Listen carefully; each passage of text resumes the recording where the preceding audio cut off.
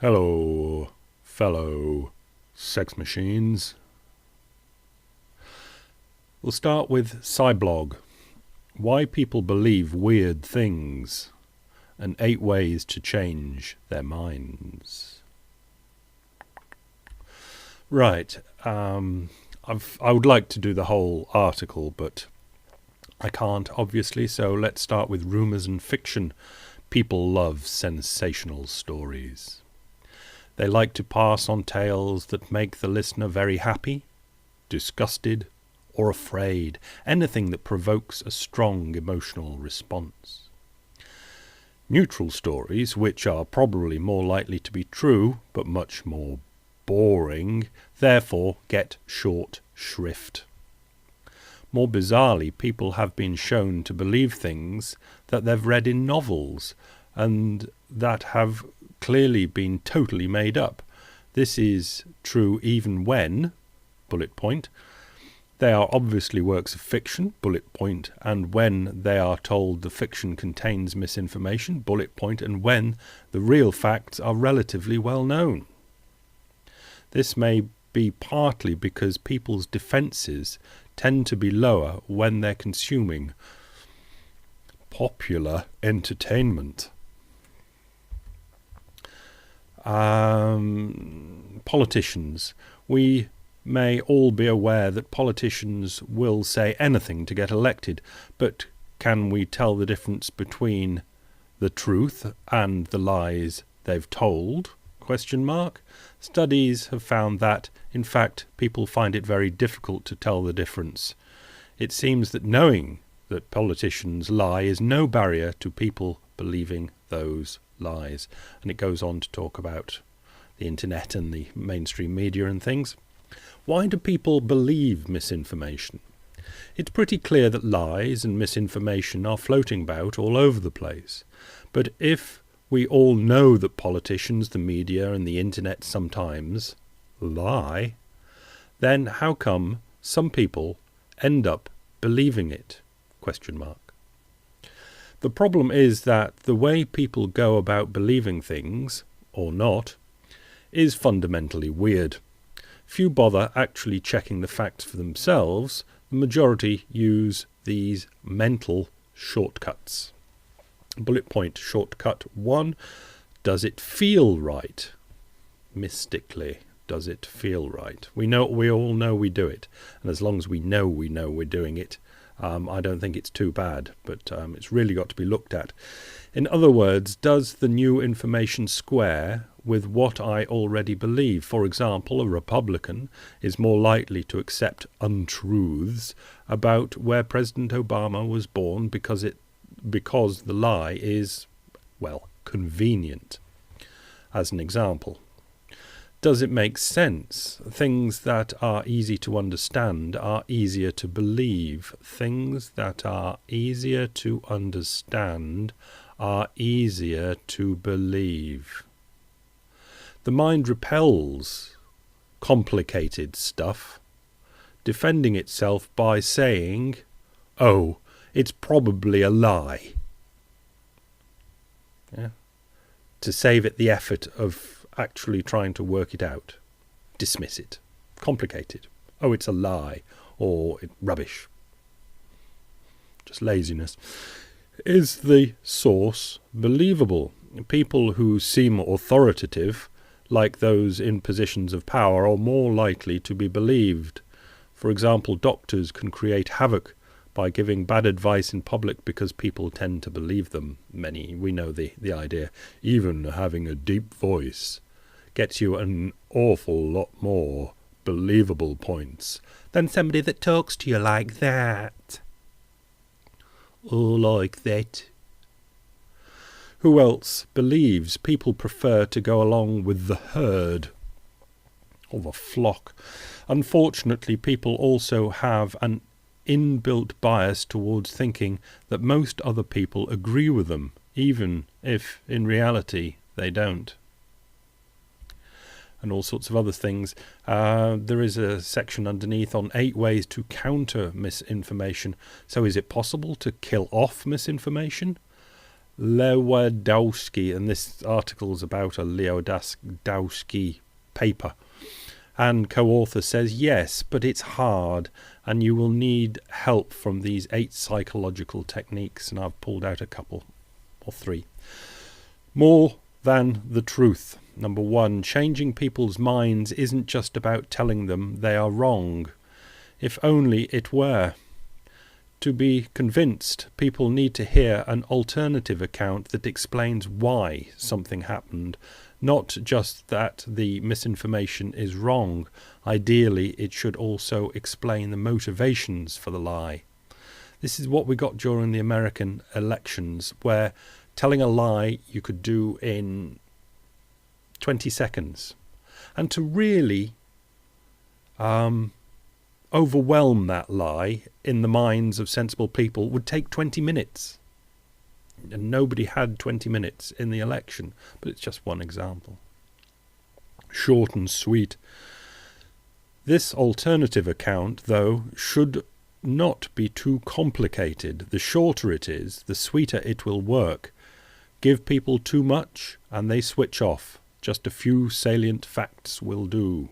But sometimes a few salient facts just don't do. When the lie is just there, easy to believe, and grasped on by a load of people.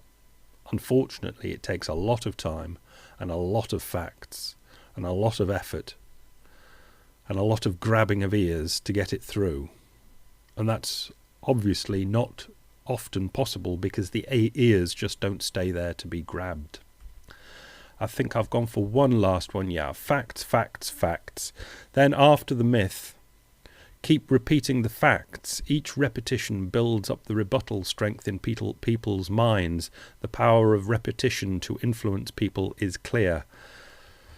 But as I say, people just don't stay around to have the truth repeated at them ad nauseum. So generally stick with the lies, the easy to believe, convenient, herd mentality lies. Let's move on. We'll do the UK first and then have something for the United States later. UK unemployment hits record levels. UK employment, did I say unemployment? Or employment? Doesn't matter. It is employment. Hits record levels. The labour market provided some respite for gloomy economic data as employment rose to its highest level since records began in 1971. More people employed in the United Kingdom. Obviously, bigger population. Everybody working that can work. Lots of things counted as work, which are a bit iffy whether they are actually work or not. A bit of part-time or bit of work as a self-employed person and you're working. But the facts are that more people are working on paper than have ever worked in the United Kingdom. Youth unemployment is down at the bottom of that, and all is well with the world. And it's still very strange. Ed Conway, that used to work for the Telegraph, now works for Sky after a little sojourn in the United States, who still gets my vote as a good boy, gave us this chart, which in blue is the United Kingdom RPI, inflation, and red is the average earnings. And you can see, where should we go? Start of the chart going back to 2001, and RPI, inflation, is the blue line and it's below the red line for quite a lot of the time, 2001 up to, they both got mixed up in 2007. In other words, average earnings were more as a percentage rise each year than the rise in inflation of prices.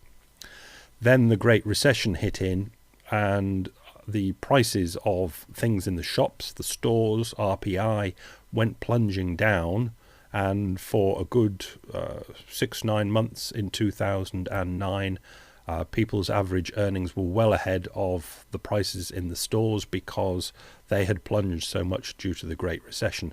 But the prices came back up, and you can see they've been well above average earnings since then since 2009. How much Ed Conway in snip number 4 has put that together. The baseline across the middle going back to 2001 is 0, as in RPI and average earnings are rising at the same amount. So you can see to the left of 2008, that is earnings rising above RPI, and it averages at about 2%. People in the UK were doing quite well against the rising RPI prices. But since 2008, besides for a couple of sticky up bat ears in 2009, when it was the RPI that plunged down, ever since 2008, really, earnings have been rising at a lower amount than RPI prices in the stores have been rising. So since 2008, wages have been losing out to prices. This is a paragraph in the article which accompanies the video, which, if I keep my shit together, will be down below this one. It's a long video for American people, well, and everybody to read about what's happening in the jobs market in the United States, what's happening in the jobs market around the world, what's happening with this job stuff, what is going on. And this is just one paragraph I've pulled out because it fits in with the ISI thing that I've been having a bit of a go on this week. It is now widely accepted among scholars that small businesses are responsible for most of the net job creation in the United States. And I think it's true of just about around the world. It is also widely agreed that small businesses tend to be more inventive, producing more patents per employee, for example, than do larger firms. Less well established is what role concentration plays in suppressing new business formation and the expansion of existing businesses, along with the jobs and innovation that go with such growth. Evidence is growing, however, that the radical, wide-ranging consolidation of recent years has reduced job creation at both big and small firms simultaneously. That's all the big firms buying each other out and getting even bigger and more powerful.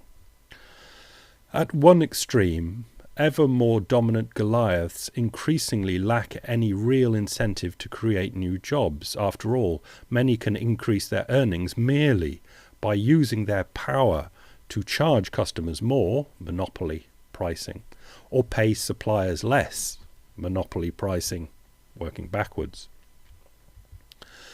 At the other extreme, the people who run our small enterprises enjoy fewer opportunities than in the past to grow their businesses. The Goliaths of today are so big and so adept at protecting their turf that they leave few niches in American, open to exploit. In other words, the big dominant players just grow out like a great blob and fill up all the small crevices and cracks that the smaller businesses would have grown up through, and can control government much more strongly so as to get monopoly type legislation put in place to make everything so much more expensive to grow a business.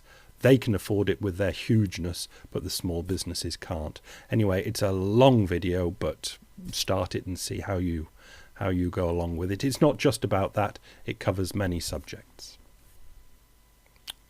Bye.